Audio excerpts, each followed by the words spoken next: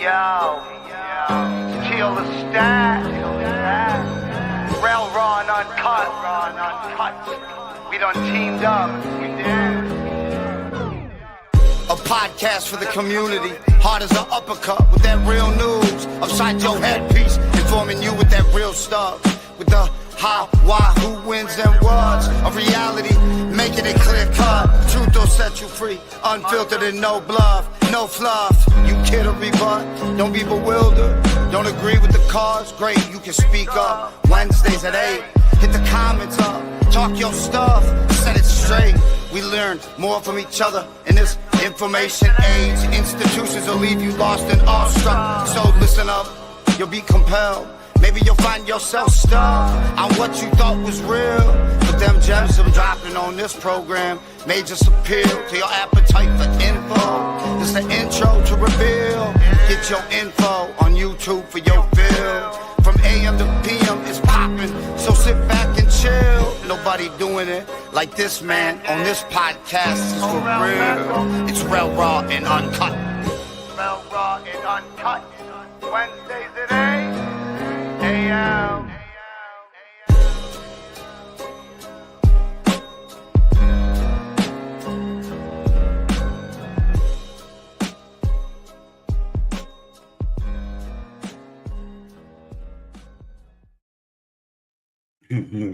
Yo, welcome to another episode of the Raw Uncut podcast. I'm your host, Rels, and I am joined by two guests, which is funny because it was one guest before the intro started, and then the other guest popped up while the intro started. so What's up, brother? Yeah, I heard the pop, and I was like, oh, somebody else is here. I was like, all right, cool. So what's going on? First, Jay, I'm going to let you introduce yourself, and then my next brother, you can introduce yourself.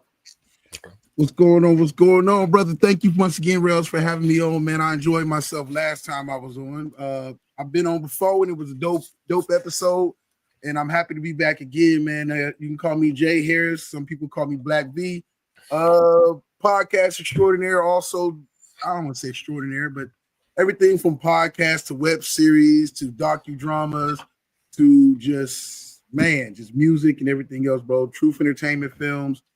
We out there doing a lot of different things, not just within this realm, but also in the community. So definitely go to truthentertainmentfilms.com, and you can go in there and see a lot of the products and things that we are doing and putting out and working on as well. And I'm just happy to be here, man, and happy I could be over here with my co-host, my partner in crime, the more rowdy one of the two of us. What's up? So I'm Reggie, Godless Reggie, whatever you want to call me. I've probably been podcasting for about 2 years now. JAMAR been asking me forever. Jay been asking me forever to do it. Basically, I'm a professional shit talker. I'm very, very, very opinionated. What I like to talk about is religion, sports, politics, mostly religion and different religions, not just monotheistic religions or theistic points of view. I study different religions all over the world and correlate it to human behavior today. I'm pro-black. Yeah, that's basically it. All right, cool. So that means it's going to be a really interesting conversation then. Always, man. Reggie, always, bro. Oh, yeah. I'm all for it. So originally when I spoke to Jay about doing a podcast, it was going to be sports-based. But then I also remembered that, that June is Men's Mental Health Awareness Month. So I felt like it'd probably just be more important just to talk about that because I don't think a lot of men really are in tune with expressing themselves. And I feel like, platforms like this and other platforms as well. Did he freeze up? To be able to give, them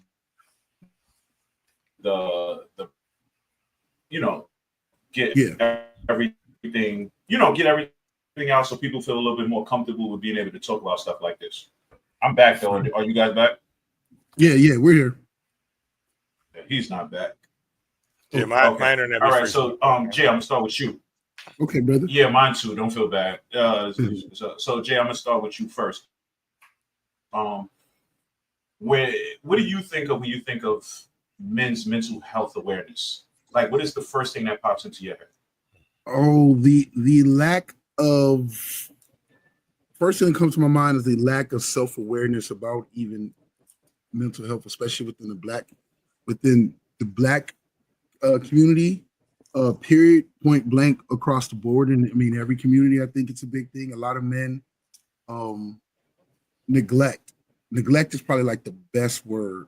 We neglect our mental health, and we, for some reason, sometimes correlate checking on our mental health or getting help with our mental health as a weakness, when it's not. To me, I feel like it's just something to help sharpen your most important tool that you have, which is your mind. But I think it's a very neglect is probably the best word I can use when describing men's mental health.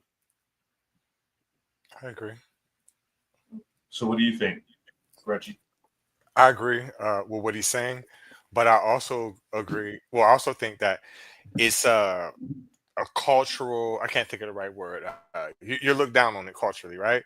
Like I'm gonna give you an example. Okay, so if I am to express myself and tell a person what is on my mind, right? It's like Right. I'm showing a person my weakness, especially if we're talking about the opposite sex. Oh, you're crying like a bitch. You're crying. You're a baby. You're sensitive. You're this. You're that. Now that's one hand. That's one aspect of it, right? Mhm. So with that same pressure, right? We're taught that okay, a man is supposed to just take it like a man, just take all that shit in, right, and just be silent. The fuck you think is gonna happen when you do that? It's a ticking time bomb. It's a tick. You're making me crazy, right? So eventually, somebody gonna get it, right? And I Mhm. think that everybody needs to stop doing that and realizing that men have the same fucking feelings that everyone else does. I agree. Oh, I think his thing is. I agree with you, Reg. I feel like, man, because I feel like when we neglect it, we create, and then the way we treat it, and then the way we go about it, it's that Hmm. even in our community from the other side, they kind of look like from the female's perspective, because it's still even neglected on that side. Like everybody just got this shit all the way wrong when it comes to mental health, especially. It's just one big tangle mess, man. Hmm.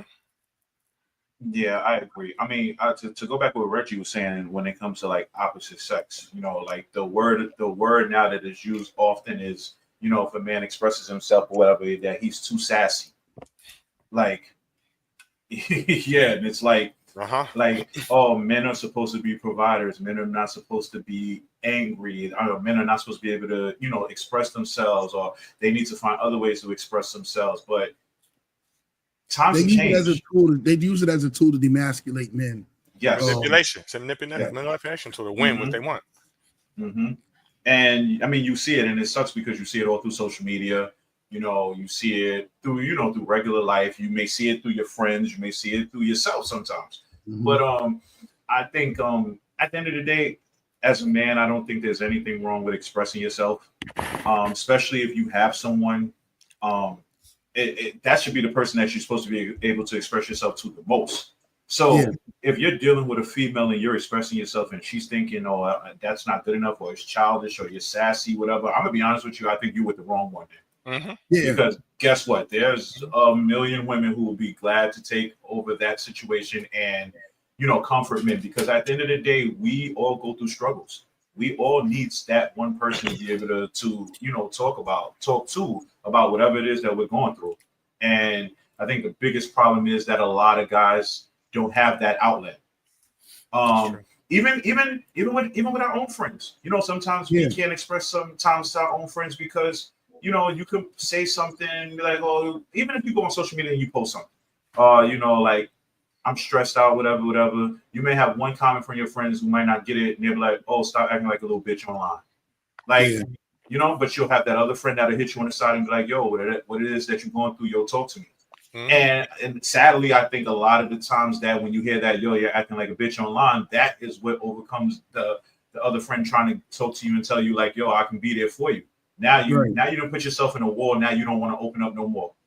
Hmm. Agreed. Personally, I feel like social media is the worst place for you to open up.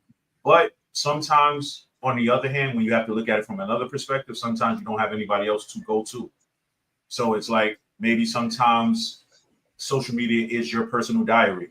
your journal. But like I said, then you go back to the other hand, and then you got to look at then maybe it may not be the best place to open up because you might not get the reaction or the response that you're looking for. Yeah. Right. Can I add on to that?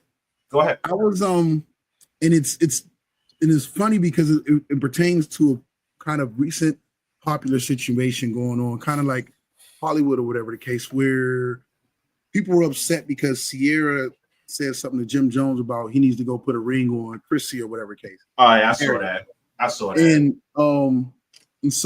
And I love when these different things happen because I just watch the internet and their replies and the rebuttals and everything else. And my biggest thing is this, like, and I try to be a big picture person looking at it. My thought process is if you didn't want your relationship for the world, you shouldn't have put it out there to the world and packaged it and sold it, right? Wait, I'm gonna cut you off real quick before you finish that, right? Mm-hmm. Because I'm gonna piggyback off of that. I personally don't think Sierra was the right person to say that, only because look at the situation she went through before she got to who she got to. Which one? My point exactly. all the failed relationships before you got to the one. So to me, it almost feels like you're being judgmental now. Can that also be like she took the journey? Still been chasing rapper. It could be, but you see, this is where it all becomes, one opinion versus another. Because It's like, are you being genuine? And when you're saying like, yo, this woman has been there for you, put a ring on it. But then again, could you have set this in a private setting as opposed to a public setting? So now you're putting this man on blast. So it's like, yeah. So going with that being said, because I like where you're going with what you're saying. It became more about the social as well as the mental aspect in our community, the way that everybody went back and forth about it, right? Mm-hmm. And it became this whole thing where it started becoming, because now it's like, again, and not saying we'll just say the general discussion that was going on online and people's opinions was like, who is she to say something that ain't her business, and whatever the case. And to a degree, normally in most situations, that's true. But like you said, which is sometimes not good for our mental health or our personal or even our relationship that we share with somebody, the mental aspect of our relationships is when we do make it public business. And now you open yourself up to get public opinions on your life. Yes. Yeah, because you package it. So you got to take the good and the bad. You can't just be like, yo, I want all the praise when Jim Jones was doing his romantic things and whatever else and stuff like that with Chrissy, and then turn around and then when they're broken up, which I heard she's dating somebody else anyways now or something like that.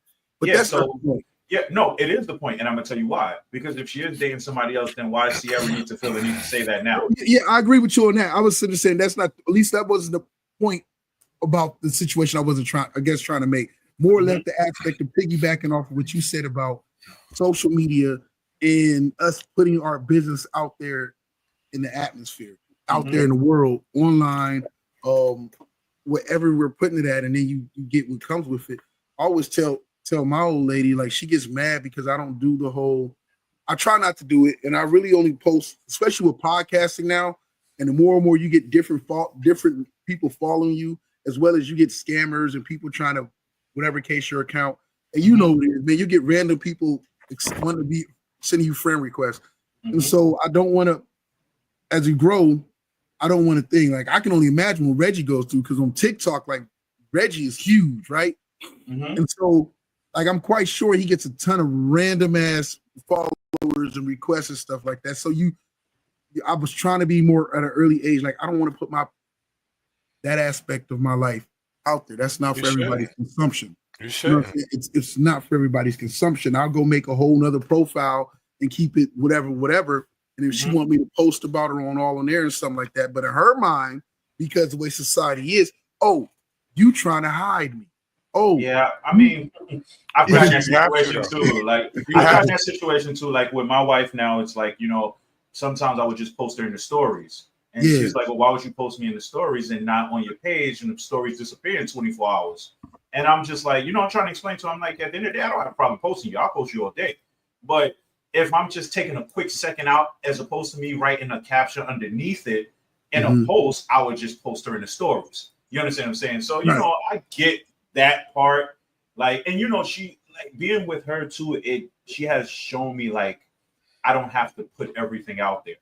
Yeah. Because, you know, my social media, I post, but like, you know, sometimes I post stupid stuff. Sometimes I post regular stuff, whatever. But, you know, there'd be times when I'm just like, and she's like, you know, you didn't really have to post that. You didn't, you know, as I got older, like I understand where she's coming from. Yeah. So, you know, but as far as like mental health stuff, like there's no other person I can't go to but her. You get what I'm saying? Like if I'm stressed out about something, that is the person I go to. Like I have friends and I have brothers that I talk to, but she's the first one I'm going to go to because she doesn't judge me for what it is that I'm going through. You understand what I'm saying? So and you know, like I said, those are the important things to have, because if you don't have those people in your life that you can run to or talk to, like Reggie said, you build it up, it becomes a ticking time bomb, and then the most innocent person will get the backlash of what you're feeling. Yeah. So Sierra, I don't see why they made it an issue, right? Sierra is as qualified as any other human being that walks the face of the fucking earth to say her opinion, right? As far as Jim Jones and Chrissy are concerned, you literally started the show called Love and Hip Hop.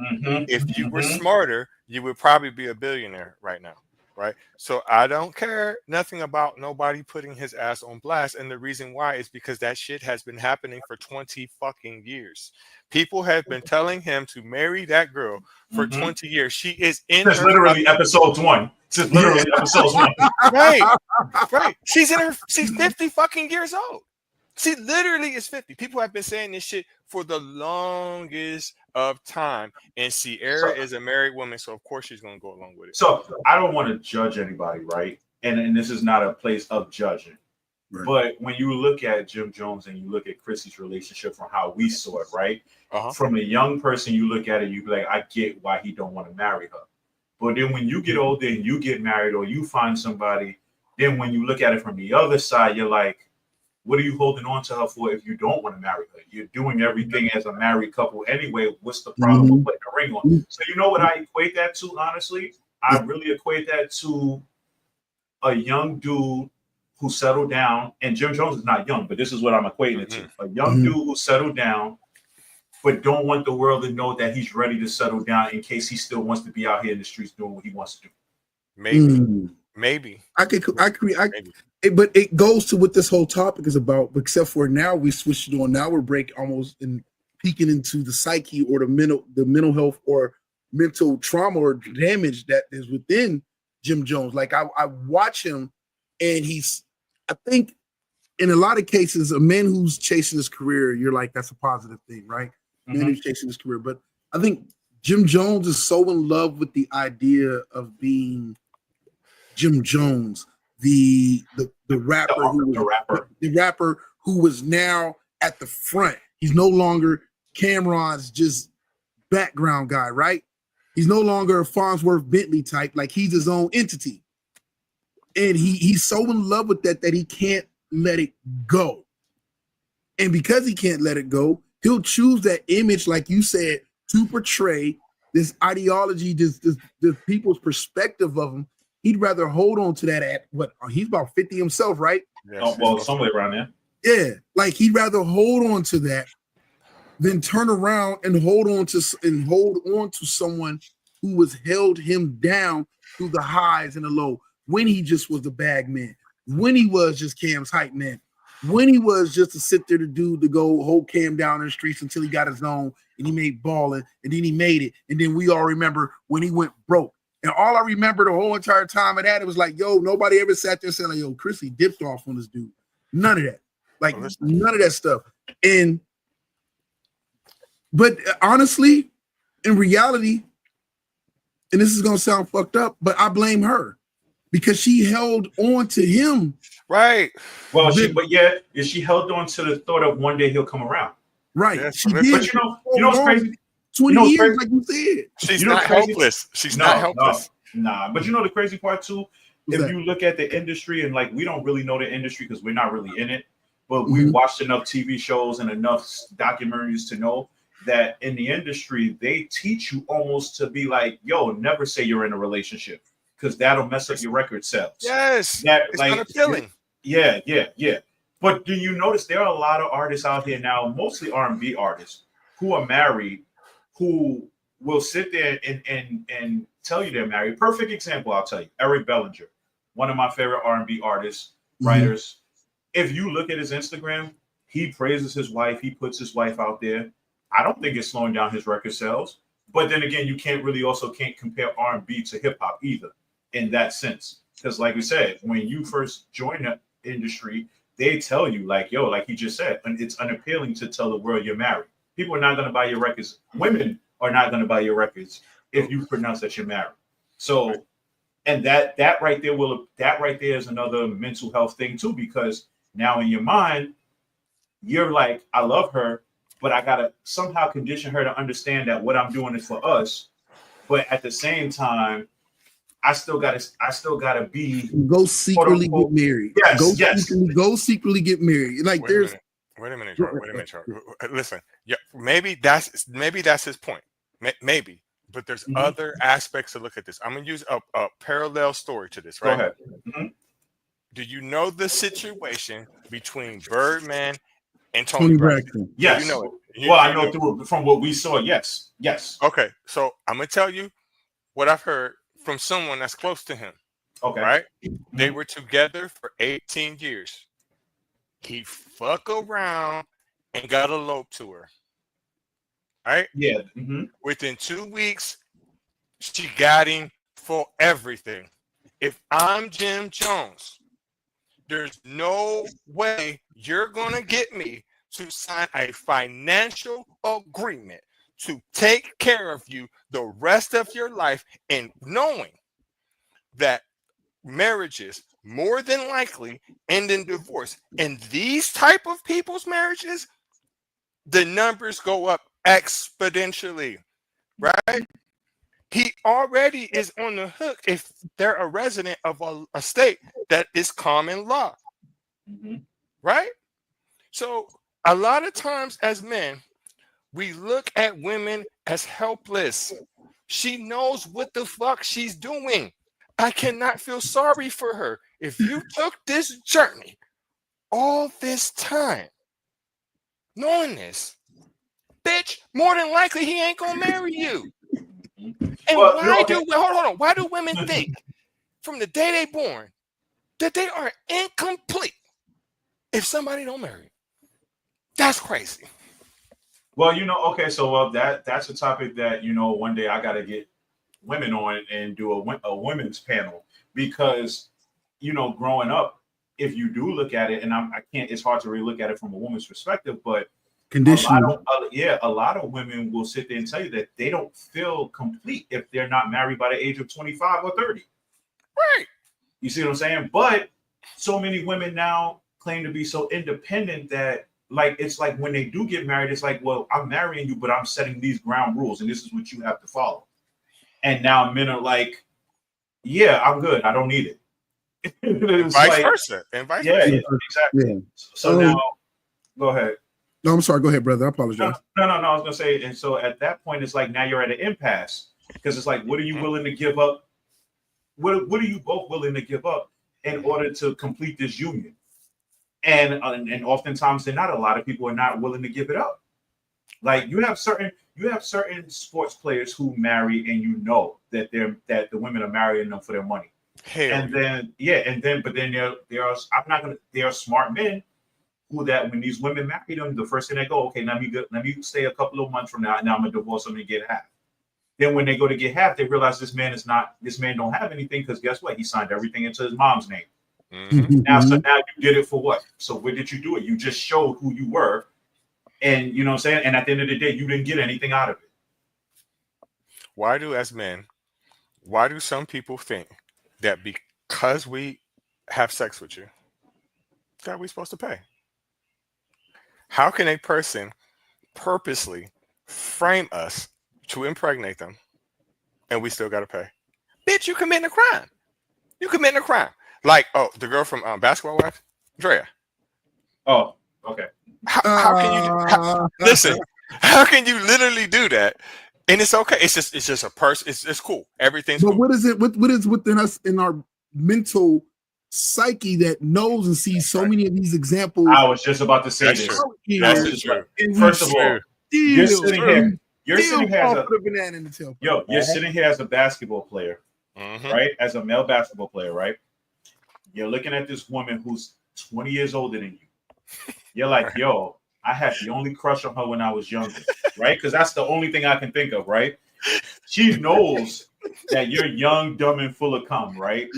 Right? She's coming for you now. She's flirting with you. In your mind, as a guy, let's be honest, we're all men here. As a guy, you're gonna be like, yo, I wanted her when I was younger. I finally got her now. I'm gonna get her. Okay, yes. One step, yeah, you have sex with her. Okay, great. You finally accomplished what you wanted. Now, my question is, how much game did she tell you to tell you, like, yo, don't worry, yo, you don't have to put the condom on. It's okay. You're right. Because that's where it all boils down to. If you really think about it, that's where it all boils down to. It boils down to her going, yo, we can have sex. Okay, yo, let me, and let's be honest, he's probably young. He ain't thinking about no condom, and she ain't trying to tell him about one. So they probably like, oh, don't worry. He like, if she don't say nothing, I ain't putting on nothing. Exactly my point. So now your mental's all messed up because let's just be honest, you're a guy and you're young, and this beautiful, attractive female has now thrown it on you. You're beautiful, not gonna say no.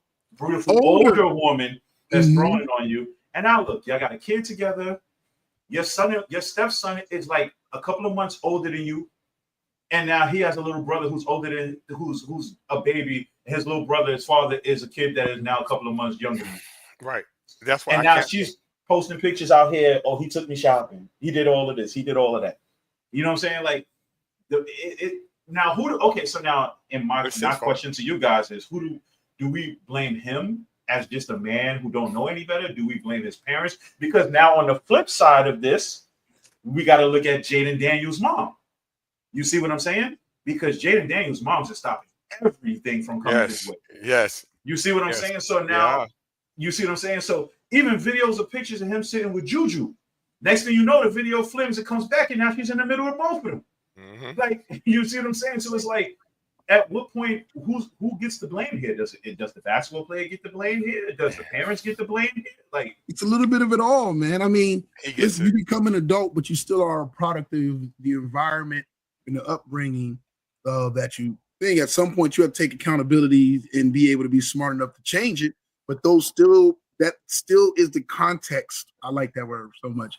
The context of who you are, the context of your story of the person you became, or the lack of character or judgment that you make. I mean, look at us. We're talking about the mental psyche, not even talking about just him with his stupid ass choices, because we've all been there, young and whatever the case. We about to smash a chick, and she tell us to put it on, or she whatever case. So birth control, we smash a couple times, and we still think it's okay that we can start hitting it raw, whatever case. We've all been there, young and dumb, and some of us old and dumb, whatever case.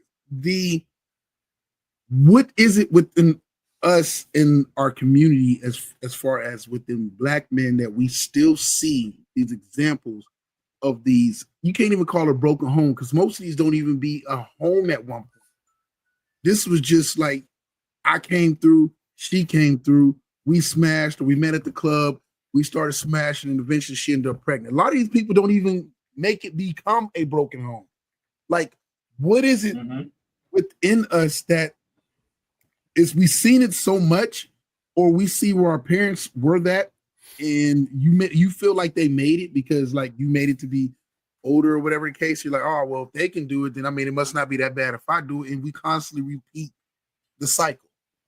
We're comfortable in the struggle. We become comfortable. We've normalized the struggle, so we don't even view it as a struggle. As the struggle. Because if you look at life at how we are, we could always do better, right? But we're comfortable with where we are. Yes. Like, and then you see somebody, like you can see somebody else our ages making 7 figures. We're sitting here making 5 figures, 6 figures, and we're okay with that. We're struggling to pay bills check to check. They're not struggling to pay bills check to check. We're not happy with our life because we don't have enough money. But then again, they're not happy with their life because they have too much money. So sometimes it's almost like, where does the balance find itself? You understand what I'm saying? Like, so mentally, people are like, yo, you have it better than I do. But sometimes you'd be surprised. Some people don't have it better than you do. But you know, I don't know. It's just one of those situations. Like sometimes you're your own worst enemy in your mind. And to be honest with you, I hate to say it, but as good as social media is to us, it's content creators, it's almost our own worst enemy as well. It is. You see people traveling, you see people on trips, and you're like, okay, I'm sitting here in the living room chilling. Like, you get what I'm saying? Like, it's you know, it's sometimes it's just, like I said, it can be it can be your worst enemy as well. It can definitely be your worst enemy. But my thing is, and we kind of got away from it a little bit. Explain to me how you're how old is what's the kid that played for the Rockets? So Jalen is what, 20? He's not even. Is he just 21 now? 23? Okay. I don't even think he's that old. No, I think he's about 22, 23.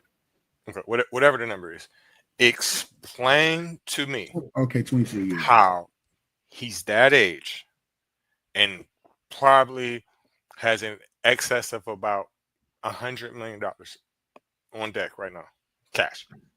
Explain to me how he's not the prize. Explain it.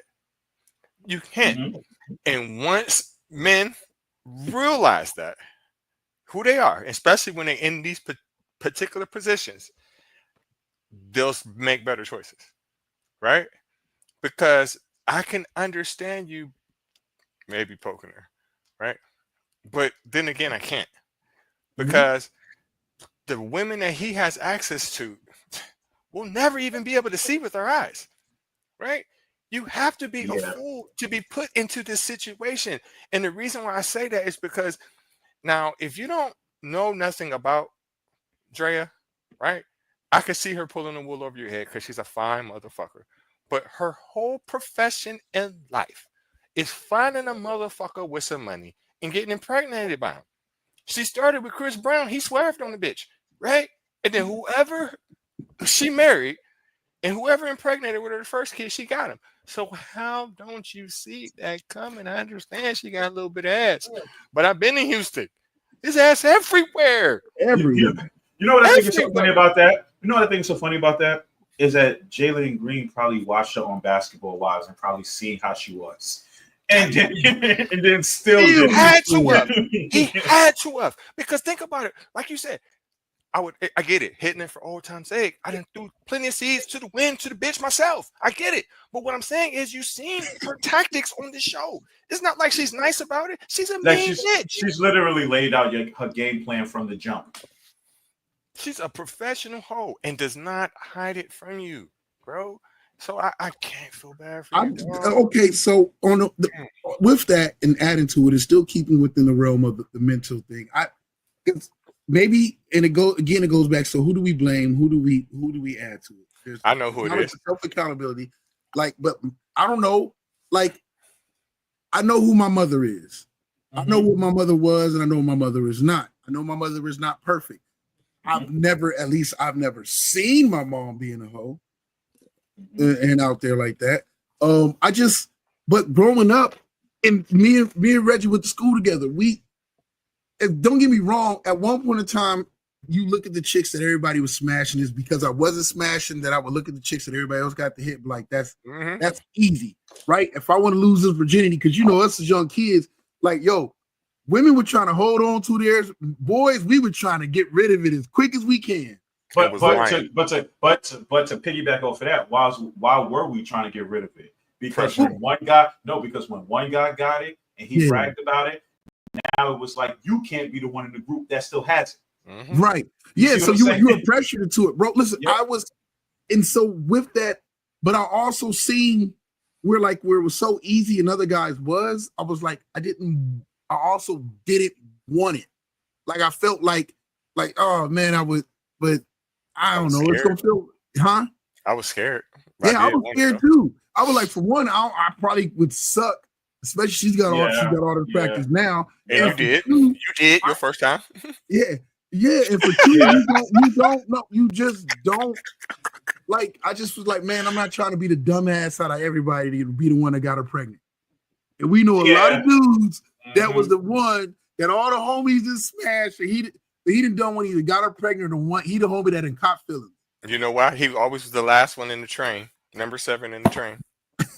Always got her pregnant. So let me ask you guys a question, right? How do you think life would be different or would have been different if men were the opposite? Meaning, like, if we all encourage each other, yo, wait to find the right one, as opposed to being like, yo, just get that now, so that way you don't be a virgin. Like, how do you think? People? You don't think so? The population wouldn't be as much. Yeah, no, they wouldn't. It'd be much smaller. Yeah, that's true. That's true. I don't know. It's respect and accountability, man, and that's what's been missing from a lot of the mental psyche of men. We have been men since the beginning of time. Conqueror mentality, attitude, and in most cases, men have wanted multiple women since there was sense, right? But even at some point in time, even through those bad things, men still had to take accountability. If you can go back to tribal days or whatever case, he still was responsible and had a role to play within the community to provide and take care of. I'm not knocking nobody. If you run around here, you got a whole bunch of damn kids with a whole bunch of damn women, but you out here taking care of all your responsibilities, the more power to you. Keep on doing what you're doing. It's the lack of accountability, the lack of respect for yourself or for the others, or even for these women that you are running around here impregnating. And then we constantly created this new vicious psyche or mind state to where now these women grow up and their grandmothers, our grandmothers and great grandmothers are mad because everybody talks about they want that old school love, not realizing grandpa was fucking around on your mom and your grandmoms a lot. Yeah, there's a lot of people's grandpas who had chicks on the other and side. Go ahead. I'm sorry. What you say? You was about to say? Yeah. And so you're like knowing that you're like, yo, but grandma just held it down and shut up because that's what she was just taught to do. Or she just like he still came home, gave her majority of his check or whatever case, and whatever he had left, he was going and giving Sally Mae on the other side of town and playing around over there, whatever case, but he still took care of home. And grandma hid that and hold on to them secrets. But when grandma had her daughters, the problem with that is that I'm sorry to cut you off, but what I was gonna say is that with grandma hid that from daughter until daughter was grown enough to understand what happened. And some grandkids never knew about it. So now the grandkids are probably like, yo, my grandma had 17 kids, not knowing like all 17 kids might not have been grandmas. And they all got the same dad. And then grandma teaching granddaughters, maybe if not their daughters, their granddaughters, like make sure you don't need no man for nothing. Because now grandma has resentment because she stayed that whole entire time. Because back then, in them days, in that time, women needed men. They needed men for security and for protection. And the second they got money, they was out. And the second they became equal, and I'm not knocking women's equal opportunity in this world. I'm just calling out the facts of life of the moment they became equal to a degree, because they're still fighting for equality, but equal players on a chessboard, and were able to have their own. Then it became a less of we don't need men for the same reasons. We went from being a necessity to an option. So listen. We all have this weird fucking illusion that back in the day that grandma and grandpa stayed together forever. Grandma, she lost her virginity to him. She got married to him and she was together forever. It's not fucking true in any circumstance. We think that, I want a traditional woman from other countries. I talk to people from other countries every day of the week. I'm not even talking about just English speaking people. Right? In these Caribbean countries, right? In these African countries, right? Where you want these traditional women, right? They got baby daddies. I'm telling you. But to Jamar's point, right? Yes, marriages lasted longer back in the day because women didn't have financial freedom. They weren't able to divorce like they are now, and you could literally abuse their ass. You can put hands on them and make them stay. You feel me? You can't do that no more. So of course they're gonna be out. It's a financial agreement. Why are you gonna listen to what this man say if you got as much money as him or more? Why are you gonna listen to what this man say when you know you're gonna outlive him? Why are you gonna listen to what this man say when it is a statistical fact that men are not smarter than women? It doesn't make sense. I could keep going with it.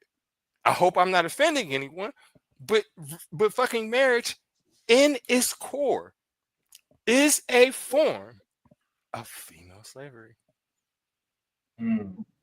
It is. It is. It is. To Jamar's point, when he was talking about the crops, at one point when people would have more children, it was a blessing because you had more people to help you harvest the crops.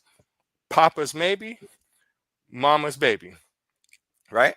In a lot of societies, when you were the king, it got passed down to your sister's son because papa's maybe, mama's baby. Think how a man's mind works. Okay, I'm only feeding the kids that's mine, right? The only fucking way you gonna know for sure if these are your children is if this is your possession. You feel me? I'm only taking care of the feeding the kids. That's mine.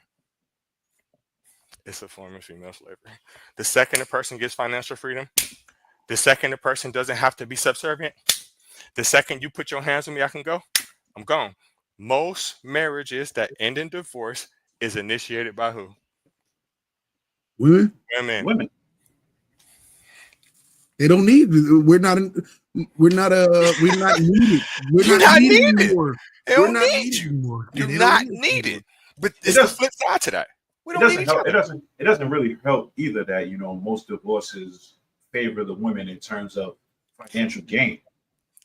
You know what I'm saying? So, and I'm not bashing women. I just want to say this right off the bat. It's not a bash to women, but realistically speaking, if you really think about it, if you really look at it, a lot of it favors the women towards the end of a divorce.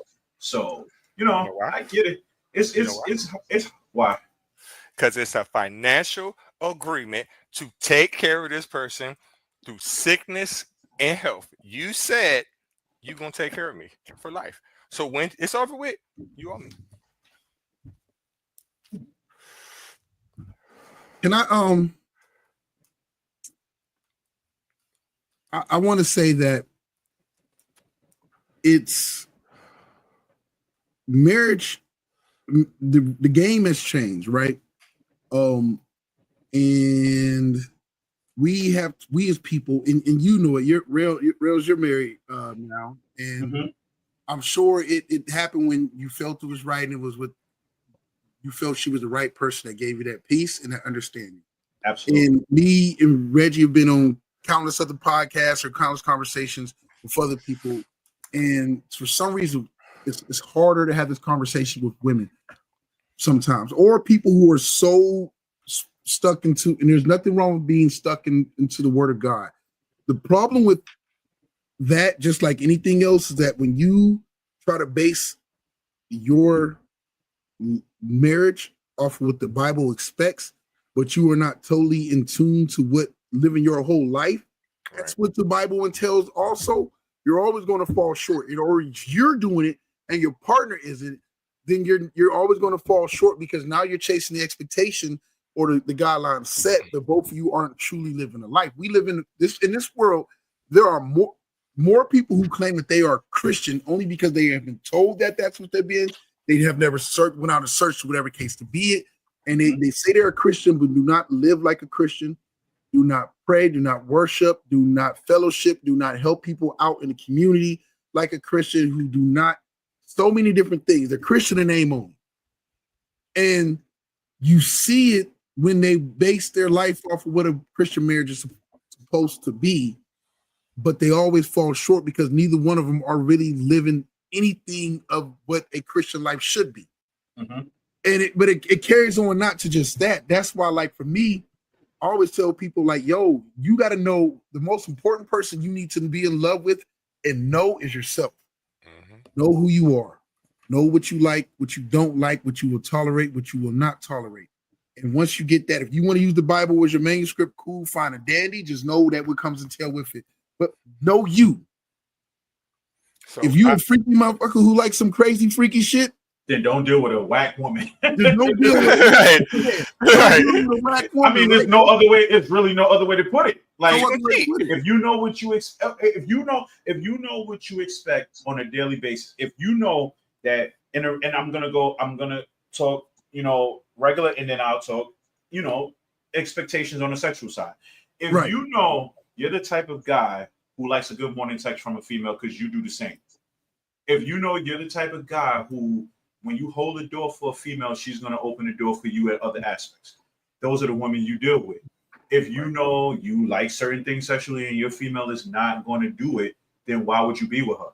Then you're holding on to something that is never going to last. Yeah, just because she's a good woman doesn't mean that she's a good woman that's for you. You're going to cheat.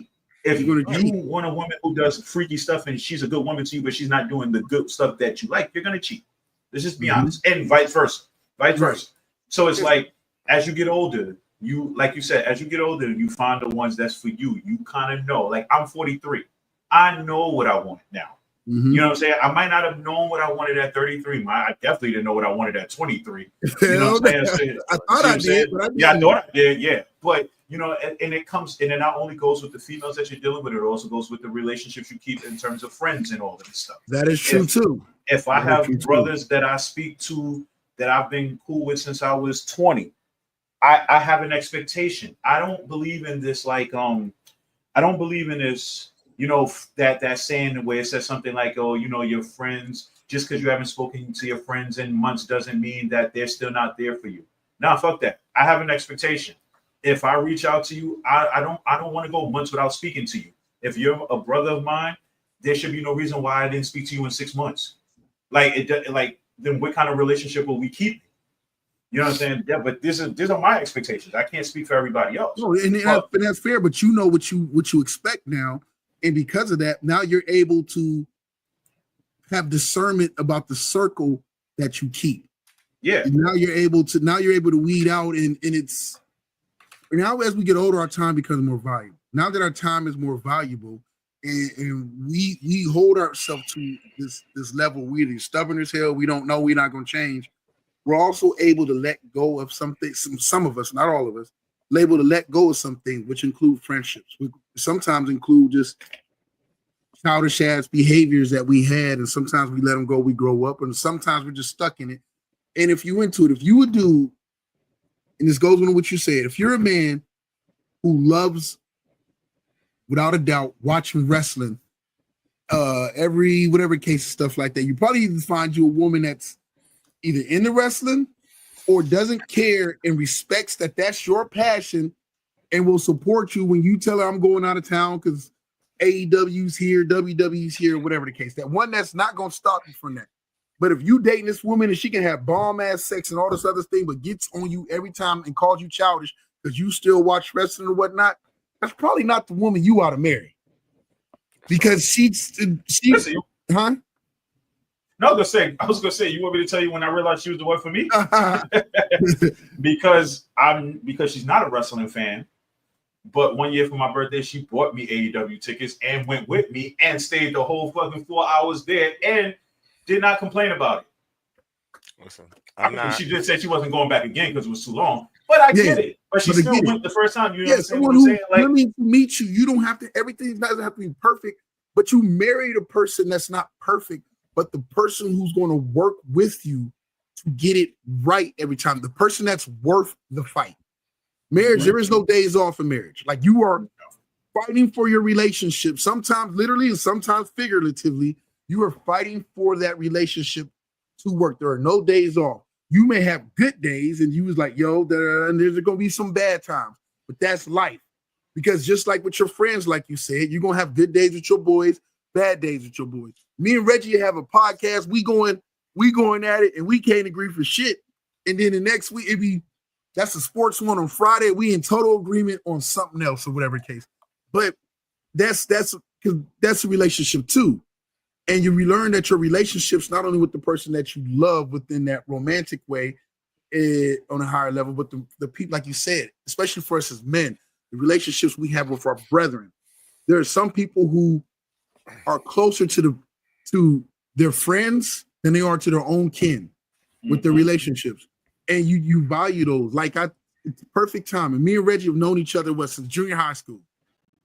We've always been cool, whatever case, see each other, but we've never really hung out like that, talk like that. In the past 2 years, I've talked to him more then or now in the past than I ever 20 years. did the past whatever since we've known each other. 20 plus years. Now that's my dog. I don't think like we go, like you said, like I don't think if we go a period of time without talking to each other, normally one of us is like, yo, what's up, bro? Or text or something like that. Yo, you all right? Or whatever the case, like, because we always talking about something or texting about something. And those things are also good as we bring a full circle to a man's mental health. When a man has a dope circle, especially when he has a circle of people that don't just tolerate him, but push each other. Like I finally got convinced Reggie to pod. Reggie gets in it and takes off with the shit. And then he come back like, hey man, nah, we got to start doing this. We gonna start doing this. Now he started pushing me. I'm like, God damn, Reggie. Oh man, I got to do that too now. But you know the best part about that? Yeah. There are days when you probably don't feel like doing it, and Reggie's on you like, yo, we got shit to do. Got to do it. Yeah. See what I'm saying? And sometimes that's what you need. Yes, you need exactly. Iron sharpens iron. And so that applies. But that applies in podcasting. That applies in life. Yep. Like, for example, I'll give you another example. You can start going to the gym with 100 dudes. Now, let me be more realistic. You can start going to the gym with 10 dudes. No, because 10 dudes don't ever make it to the gym. You can go to the dude. Listen, as a person who's been working out lately, I'm giving you a realistic number. It's 3 dudes, right? Okay. You go to the gym with 3 dudes. Everybody's schedule's different, so you try to find the time to go. At one point, you guys are going every day. Then next thing you know, somebody maybe have to work late. Somebody might not go at all. They might not be feeling it that day. Now what happens? Because they didn't go, you're like, okay, I'll take a day off. Then guess what? You go the next day? Nah, I'm not going. I won't go either.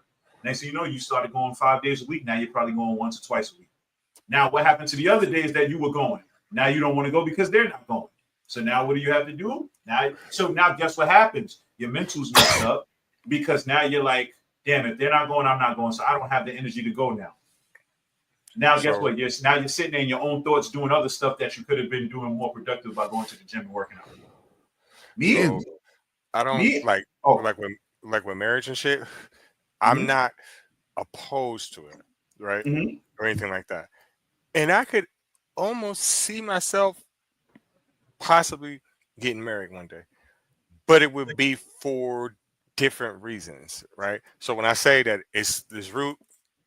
Yes, it's rude. I still gonna stay on that. It's a form of slavery, but nowadays it's different, right?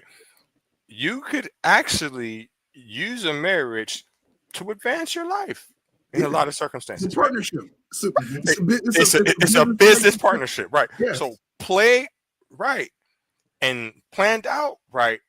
It could be successful for people. But that's what we're saying, right? But know what you want and find somebody that wants what you want or is okay and understands the rules of engagement and the guidelines that y'all have set. And sometimes there has to be honest. You have to have an honest conversation about who you are, what you expect and what the other person expects. Because there are plenty of women. It's crazy enough, and we just talked about the psyche of everybody, everything going on, and women not needing us no more. But there are plenty of women who is like, yo, I just want somebody I can have a kid with.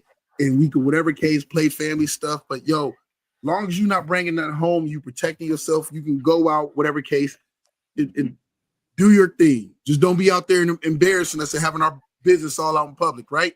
There are a lot of women out there, but there are a lot of men who are afraid to ever say that that's what they're looking for. So they never come forward with it. And then they sit there fuck up what they could have had.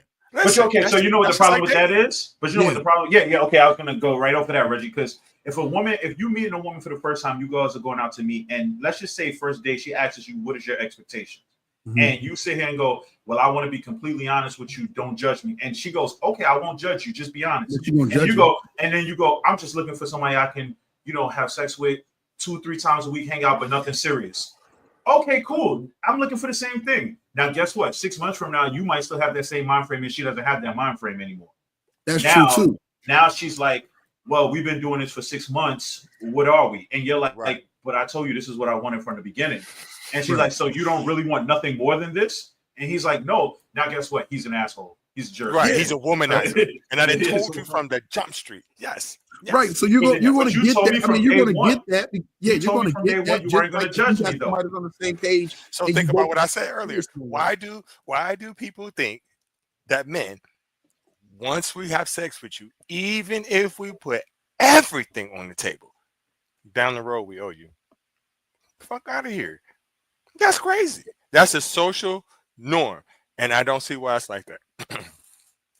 Well, on the flip side, because I'm from New York and I see a lot of this dumb shit too, right? Men have this expectation too that if a female has sex with him, that she belongs to him and no one else. A lot of these young dudes out here now don't know how to take rejection well, and let's be honest, women outnumber men completely. But a lot of these young dudes, and I don't know where it came from, I don't know what psyche was taught to them, what was taught to them, what not. But a woman a girl nowadays could just be like, yeah, I don't want to be with you no more. And now these dudes want to kill these girls. Listen, amen. A fucking man. You hit that shit dead on the head. And it's not just young dudes. I'm not going to bring up. I ain't gonna bring up no personal situations, but Jamar, it's older dudes too, but you kind of see it within the younger generation now. It's almost like the younger generation really just does not know how to handle rejection. Do you think it's that, or do you think it's more of there's a lot more younger dudes and people our age is in prison, dead, or whatever else? That it could be that too. You know what I'm saying? Yeah. Because listen, I didn't been to the county jail for an extended amount of time when I was younger, right? I was 26 years old, right? Mm-hmm. Man, listen, it was at least 5 cats in there for crimes of passion. One dude, he in the halfway house. Somebody, I ain't gonna say this how the stories goes because somebody gonna be able to put it together. He in the halfway house. Somebody, messed with his baby mom. He ended him for that.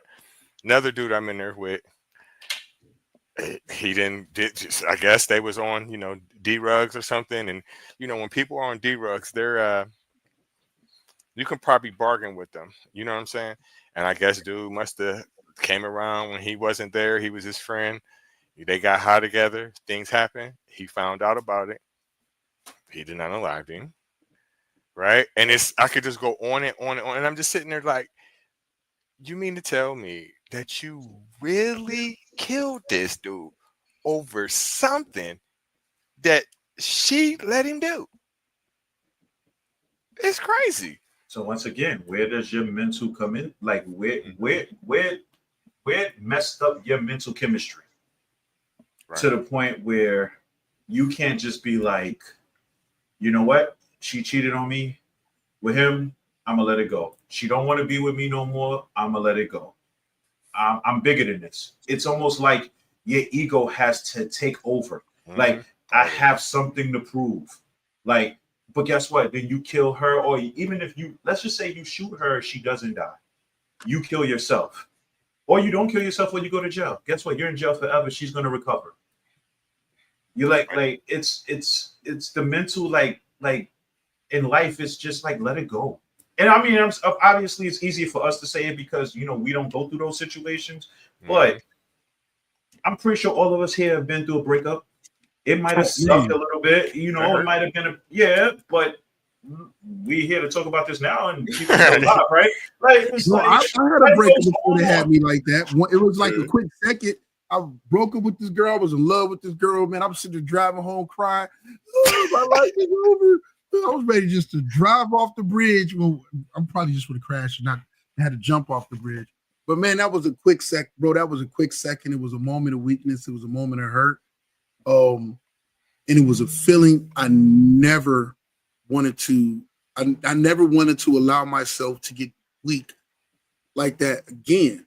Now that's a dangerous mind state to also pick up, because then now you also safeguard yourself from never being able to let go and completely love yourself. So it's in a form, it's emotional trauma, right? Yep. So you go through your emotional trauma, and then you're fighting through it. And then I didn't realize I was traumatized until I got to later on in the point, and I still realized this old high school relationship. I was still carrying this trauma from this old high school relationship that was stopping me from furthering it, man. So I think about, and I didn't know it, and you don't do it on purpose, but think about the women you dated as you was getting over somebody you really loved, and you're not really ready, but you don't know that you're not ready, but you're still basing everything off of what you had that you lost, whether you effed up or whether the other person effed up, whatever you went through in that situation, man, and you just, it almost can consume you the way you act. And so a lot of these dudes, they really be hurt, and they don't know how to compartmentalize that. Decompartmentalize. They don't have emotional intelligence to be able to work through that or go get help. Or once again, like I mentioned earlier, they don't have a friend that they can turn to, probably without being judged. Because let's be honest, you can go, yo, shorty broke my heart. I don't know how to handle it. What's the first thing your friend's going to say? Your boy gonna laugh. He gonna laugh. He gonna crack up laugh. He either gonna laugh at you, or he gonna be like, and I don't want to disrespect females, but he gonna be like, fuck that bitch and move on. Yeah. It's easier said than done. Sure is. It is. Yeah, so it's like, now you got to sit here and play tough guy and be like, yo, he said that, I got to move on, although you're really not mentally able to move on. Now you got to play tough guy. Now you acting all tough. You see shorty with another dude, and now you ready to lose it. And guess what? Who's the same friend that told you to move on to be the same friend to be like, yo, you see that? Yo, what you want to do about that? Yeah, man, I was blessed, bro. I was blessed. I had my older brother. I was able to go to my older brother, and my older brother was able to help me through that, where he was like, and my whole thing, I had low self-esteem. I used to get picked on, whatever case. I didn't become semi-popular or nothing until my senior year, and that was because of football or whatever. But breaking up with this chick, I'm going through it, I'm crying, I'm weak, I'm just like some soft-ass dude. And you really not soft, you just hurt. That don't make you soft. See, you know you're doing it too. I have to go back and correct myself because I was conditioned. This is what we're conditioned. It's in our mind. We are conditioned. I'm hurting. He literally just said, "You're hurting. I'm some soft ass dude." This is what we're trying to avoid. This is what we're trying to avoid. So imagine that's how I'm looking at it, because I'm so ignorant back then, and I'm still fighting that conditioning now. So it's like, yo. And my brother was like, and I was like, yo, man, but it's easy for you. Because my brother, D80, like, girls used to always be like Adam and stuff like that. He a little light-skinned ass dude. I knew you was gonna say. But isn't it always like that, though? So it's always easy for the ones to get all the girls to tell you, like, you'll be all right, you'll get over it. Yeah, you get another one, man. It's okay. But he said it's so dope. I was sitting there crying in his car because he's like, yo, because he was dating her friend at the time, and I'm sitting there crying in the car because the friend kind of gave him the head up, and he was like, "Yo," he's like, "Yo, man, I know it hurts and stuff like that. You can cry, I ain't gonna judge you, whatever case. And I know you hurt because I know you really love this girl."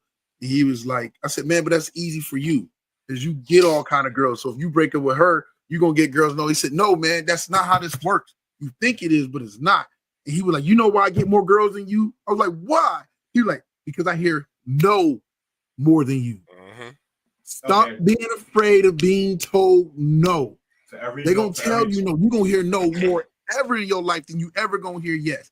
But somebody going to say yes. Guess who the strikeout leader of all time? Guess who's the strikeout leader? Who? Babe Ruth. He got more strikeouts than anybody because he's swinging. If you ain't swinging, you ain't motherfucking hitting. You ain't hitting. Yep. One point. That's so, I just started swinging after that. Boom. Start striking out. But you know what? Okay, so let me ask you a question. How many no's did you get before you got that? How many no's did you get before you got that yes, though? Oh, man. Not that many more, really, because it became the confidence. or it wasn't even confidence. It was just comfortable. I knew I wasn't a horrible person. I know I'm not butt ass ugly. You know what I'm saying? Like, and I know I'm a good person. I have good conversation. So, like, I know that the biggest thing was like, yo, if you get the phone, if I can get a girl's phone number, it was a wrap. Because once I got her on the phone, it was a done deal. But I had plenty of practice because when I was little, I was one of the little hard-headed, little knucklehead dudes catfishing grown-ass women on America Online and Yahoo thing on there making fake profiles saying I was such and such age and sending them fake pictures and stuff back in the days when I was young on dial-up internet. So don't come for me now. That's crazy. Don't come for me now. They're going to find you now. Yeah, they probably can. That was on dial-up. So, yeah. Woo. Speaking of dial-up, listen, I got that mentality from Babe Ruth. I also got it from Sugar Free. He said that, and he's talking about his hoes, right? He said either you're going to run down and get some or walk down and get them all. I got that mentality when I used to talk to people on the phone, when I used to telemarket, right? People be like, you just fast talking them, you getting through them, Listen, I'm not finna sit here and keep playing with them. I'm not finna sit here and play. I'm getting straight to the point. You got your card? Nope. Oh, well, this and that. I'm going to the next one. And I was always the best because I would keep trying.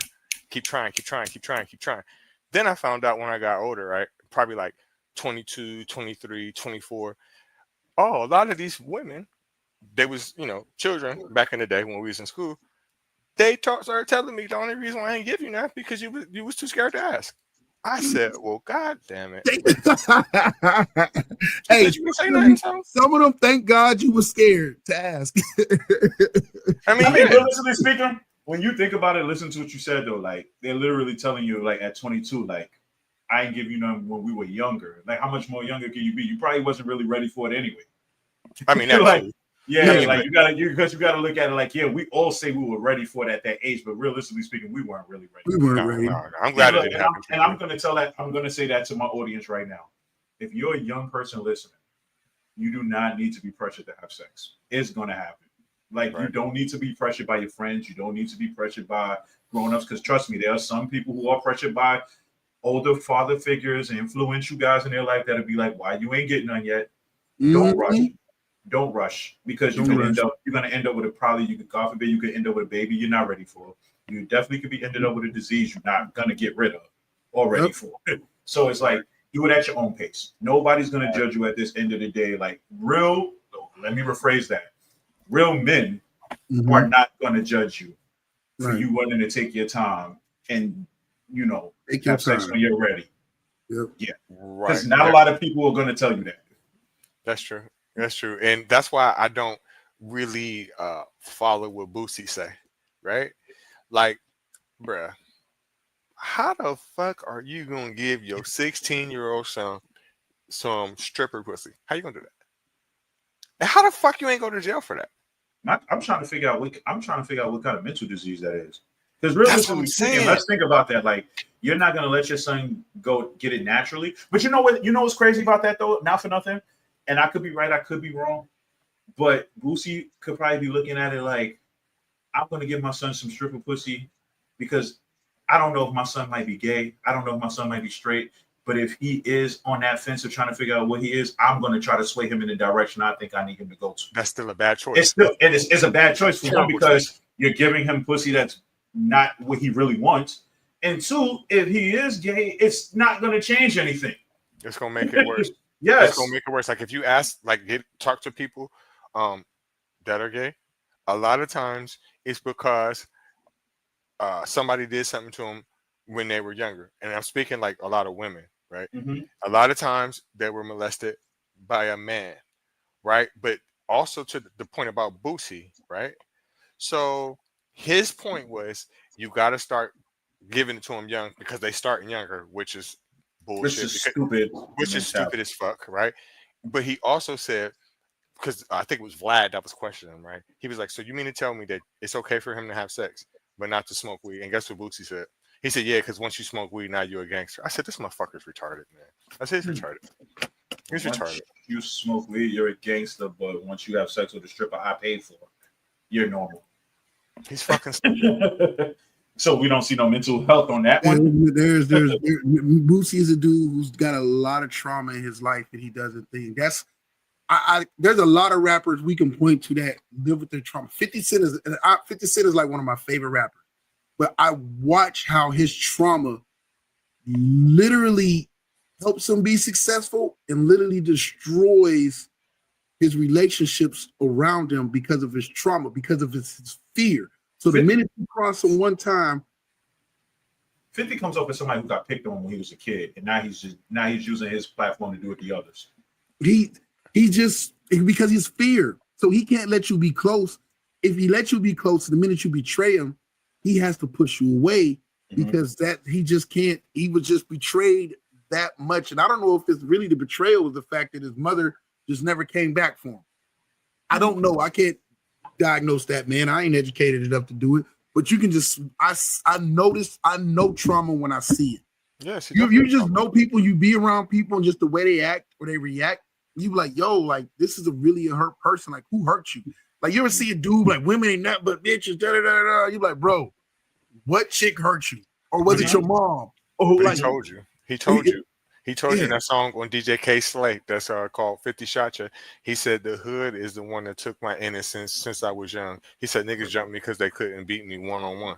He's telling you, right? Yeah. It's the trauma he went through as a child. They don't give a fuck. I mean, I'm not saying that I agree with a lot of his antics. I don't, because he's a hater. And I don't like that, but I do respect that he's looking out for Monique right now, because I feel like a lot of people turn their back on her. And he's trying to get her back right, so I respect him for that, though. Fucked up people can still do good things, and just like some horrible people can still do good things. Not everything. Forgive me, and I know it's probably said on your platform, whatever case. Not everything Hitler did was wrong. Not everything. A lot of things. The majority of things he did was fucked up, but not everything he did was wrong for the German people. I'll give him one. I know Germany created the superhighway. That's it. But I don't understand why black people have a problem with him. But that's another story. Oh, that sounds like a story I need to come on your podcast for. Yeah, I don't know why black people got a problem with him, but don't know who King Leopold is at all. That's fair. That's fair. All right, so we had a good conversation. So we're gonna close out, and I want to thank you guys. But I'm gonna ask you guys both a question. I'm gonna start with you, Jay, and then I'm gonna finish with you, Reggie. All of us have an experience, talking about this mental health and going off the rails and coming back to it. Jay, I'm gonna ask you, what would you tell this younger generation in terms of trying to keep their mental health? Trying to just maintain a good balance of mental health and not trying to go off the rails and not trying to think too negative about themselves or the future. What would you tell the younger generation? Don't live your life in fear. So don't be afraid to ask for help.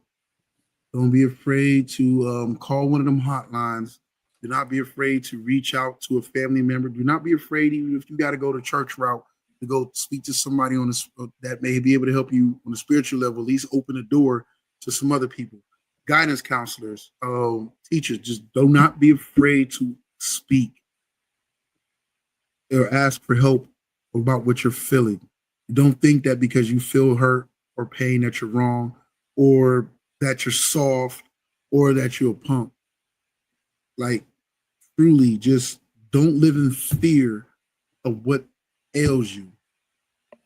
More or less, confront it or ask for help. There's no weakness in asking for help. Strength comes in for those who are strong enough to go ahead and ask for help and overcome their fears. That's the real strength is, and just go for it. Go for whatever you want. The only failure in life is the failure of not trying it all for whatever you want. What about you, Reggie? I feel like, what's the stats? 1 in 4 adults have some form of mental illness. There are people in my family with mental illness. I like to look at the situation like, okay, because I've only been clean for going on 8 years now, right? I like to look at it in that situation, right? Once I went through rehab, once I got there, I realized, like, damn, all this time, I was more embarrassed to come in here and clean myself up than it was to be out here being a fucking bum. You feel what I'm saying? So I like to look at it like that, right? It's best to find someone to talk to when you're having issues because everyone has some fucked up feelings. Um, Me personally, uh, today's a tough day for me. It's Father's Day. Both my parents are gone, right? So, with that being said, I feel like somebody in my circumstance, I tell people this all the time, like, shit, once your parents gone, I feel like everybody should get a social security check because it's just like dealing with the pressure of that is not easy, right? And for a man, because the way we're looked at and we're supposed to suppress our feelings and our thoughts at all times, it's crazy. But I have wanted to say something earlier and I just now remembered it, right? I think a lot of times that with us, you know, they like us to be silent, right? You cool as long as you playing basketball, football, rapping, entertaining me. But for you to speak your fucking mind and tell a person how you really feel, it's looked down upon, right? From the beginning, right? We got to do away with that shit. Speak your mind. Tell somebody what's on your mind instead of sitting there being worried about, oh, you're sassy, you're this, you're that. Recognize that's a manipulation to win the argument with you. Person can say you sassy all you want. Don't give a fuck, right? People tell me it all the time. And the reason why is because they're upset because they cannot articulate themselves as good as me and they cannot beat me in an argument. I get it. It is what it is. Yeah. So, I mean, for me, I think what I want to tell younger people when it comes to mental health, a lot of what Jay said, I can go right back and say it. But, you know, at the end of the day, like, just never be afraid to be yourself. If you just understand that you were created in your own unique way. Don't let anybody judge you for who you are. Don't let anybody judge you for how you feel. If you have emotions you need to get out, like Jay said, go reach out to somebody, speak to somebody. It's always somebody willing to listen. So, and just like I can equate this, you know, we can equate to what we talked about with the whole relationship situation to expressing yourself to somebody you need to talk to. For every two people who may make fun of you for how you express yourself, there's going to be one person who's going to sit there and actually listen to what you got to say and help you get through whatever it is you get through.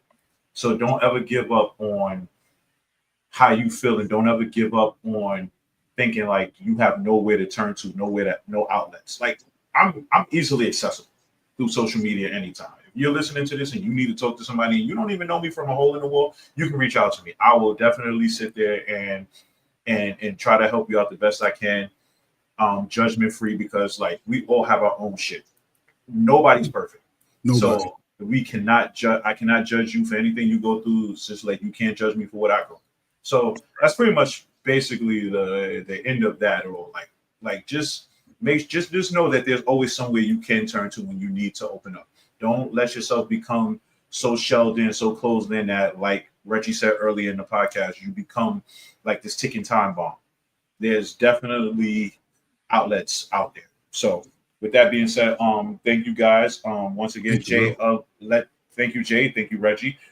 Jay, let everybody know where they could find you. Reggie, let everybody know if they could find you, if they need to reach out. Oh, you can find me on IG, Jay Harris, JAY33. Oh, no, Jay Harris. I'm sorry, J330 on IG. Or you can just look up Truth Entertainment Films. You can Google that and find us. You can also Google that and find our pods. Shout out to the rest of the homies on not only on AAA Podcast but AAA Sports. We got to get you on the sports cast, man. Yes. Let me know when the next one is. We always do it. Normally it's Wednesdays, and sometimes we have to switch to Thursday because of a lot of our co-host schedules and stuff. Mm-hmm. But Wednesdays at 8 or Thursdays at 8.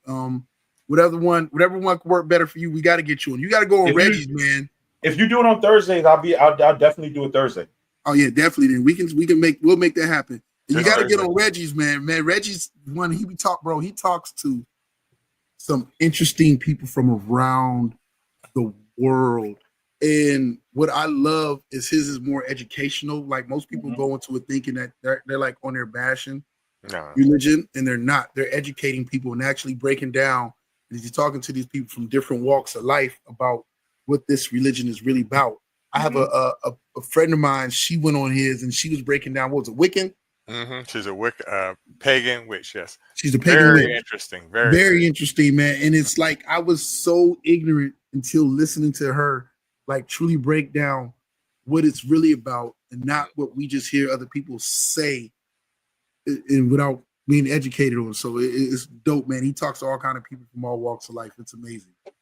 Yes, you definitely can come on. Please do. Oh, definitely. Let the world know where it is and where they can find it. Okay. I'm on Instagram, TikTok, and YouTube at Godless Reggie. My two TikToks are at Godless Reggie 2 and 3 because my main account got permanently banned. I'm working on my second one getting permanently banned now. On there's no holds barred. That's I debate people on there, right?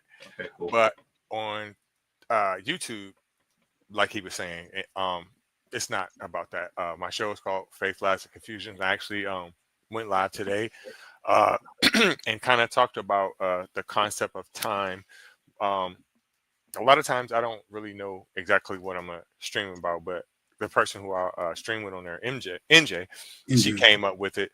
The concept of why, of time and things like that is interesting. I've done shows about every religion, you name it. Hinduism, Zoroastrianism, Islam, you name it. So it's very interesting. Check it out.